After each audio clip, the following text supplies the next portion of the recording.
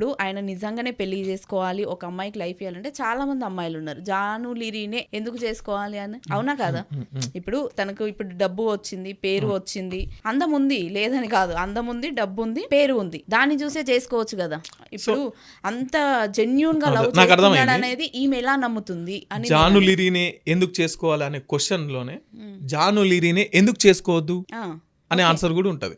ఇప్పుడు డబ్బుతోనా లేకపోతే ఆమె అందంగా ఉందనా ఇదంతా మనం ఎప్పుడు మాట్లాడుకోవాలంటే ఆఫ్టర్ వాళ్ళకి ఏమైనా సమస్యలు వచ్చిన తర్వాత, వాళ్ళకి ఏమైనా బ్రేక్ అయిన తర్వాత, ఓహో వీడు వచ్చింది ఈమె కోసం కాదు, ఈమె వెనకాల ఉన్న పైసల కోసం, ఈమె అందంగా ఉన్న అందం కోసం. ఇది మనం కొన్ని రోజులు వాళ్ళు జర్నీ చేసిన తర్వాత సక్సెస్ కానప్పుడు దాని విషయం గురించి ఆ టాపిక్ గురించి మనం మాట్లాడుకోవాలి. వాళ్ళు ఆ మొలక ఇంకా మొలవనే లేదు, దాన్ని అప్పుడే అది విషపు మొక్కన అదైతుందా కదా, ముందు ఆలోచించాలి కదా. తనైనా లేదనుకో తనకు సంబంధించిన మంచి ఆమె మంచి కోరుకునే వాళ్ళైతే అదే ఆలోచిస్తారు కదా.